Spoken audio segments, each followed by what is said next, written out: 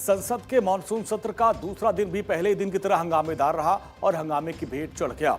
NEET UG 2026 paper leak को लेकर विपक्ष ने लोकसभा और राज्यसभा दोनों में सरकार को घेरते हुए तत्काल चर्चा की मांग की। सुबह 11 बजे जैसे ही कार्यवाही शुरू हुई, विपक्षी सांसदों ने नारेबाजी शुरू कर दी। लगातार हंगामे के चलते दोनों सदनों की कार्यवाही पहले दोपहर 12 बजे तक के लिए, फिर 2 बजे तक और फिर बाद में बुधवार तक के लिए स्थगित कर दी गई। विपक्ष का आरोप है कि देश की सबसे बड़ी मेडिकल प्रवेश परीक्षा में पेपर लीक से करोड़ों छात्रों का भविष्य प्रभावित हुआ है। वहीं संसद की कार्यवाही शुरू होने से पहले प्रधानमंत्री नरेंद्र मोदी की अध्यक्षता में एनडीए संसदीय दल की एक बैठक हुई। बैठक के बाद संसदीय कार्य मंत्री किरेन रिजिजू ने यह बताया कि प्रधानमंत्री नरेंद्र मोदी ने साफ कर दिया है कि सरकार ने पेपर लीक मामले में तुरंत कार्रवाई की है। जहां जरूरत पड़ी वहां दोबारा परीक्षा कराई गई। जिम्मेदार अधिकारियों और आरोपियों के खिलाफ सख्त कार्रवाई हुई। दोषियों को किसी भी कीमत पर बख्शा नहीं जाएगा और भविष्य में ऐसी घटनाओं को रोकने के लिए व्यवस्था और मजबूत की जा रही है।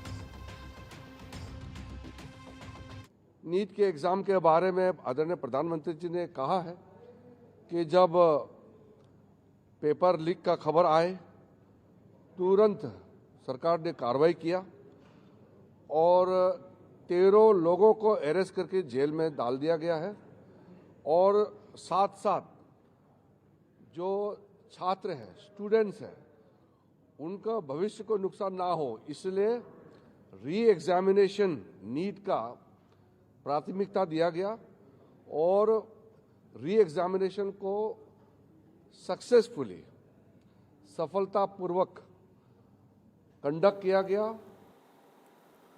प्रधानमंत्री नरेंद्र मोदी ने सांसदों से विपक्ष के आरोपों पर तथ्यों के आधार पर जवाब देने को कहा। आज सरकार का विधायी एजेंडा भी प्रभावित रहा। हंगामे के बीच सरकार कई महत्वपूर्ण विधेयक पेश करने की तैयारी में थी। केंद्रीय गृह मंत्री अमित शाह राज्यसभा में वंदे मातरम के सम्मान की रक्षा जुड़े एक विधेयक को पेश करने वाले थे, लेकिन लगातार हंगामे के चलते विधायी कामकाज भी प्रभावित रहा।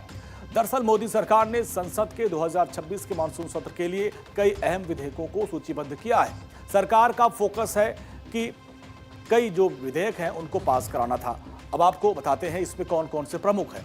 वंदे मातरम सम्मान संरक्षण विधेयक, गृह मंत्री अमित शाह राज्यसभा में ये विधेयक पेश करेंगे, जिसमें राष्ट्रीय गीत वंदे मातरम के सम्मान और संरक्षण के लिए कानूनी प्रावधान किया जाएगा। आयकर संशोधन विधेयक 2026, हाल ही में लाए गए अध्यादेश को कानून के रूप में देने के लिए आयकर व्यवस्था और निवेश से जुड़े कुछ प्रावधानों में संशोधन करना है। इसके अलावा एमएसएमई संशोधन विधेयक, जिसमें एमएसएमई क्षेत्र को प्रोत्साहन देने, नियमों को सरल बनाने और कारोबार सुगमता बढ़ाने के उद्देश्य से इसमें संशोधन करना है।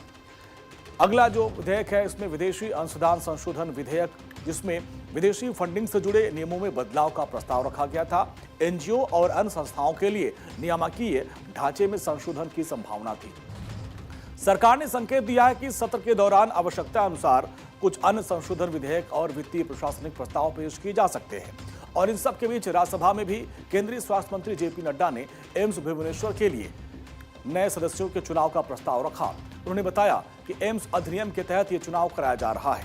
2 अप्रैल 2026 को राज्यसभा सदस्य ममता मोहंता का कार्यकाल समाप्त हो गया था और उसी खाली स्थान को भरने के लिए राज्यसभा से एक सदस्य का चुनाव किया जाएगा।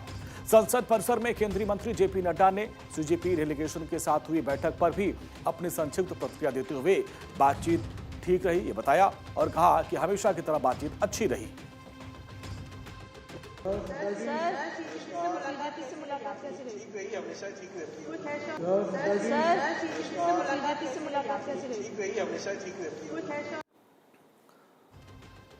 हर मानसून सत्र में एक सवाल फिर खड़ा हो जाता है कि क्या संसद बहस के लिए है या फिर हंगामे के लिए। कोई भी सत्र हो, ऐसे ही हंगामा हर बार होता है।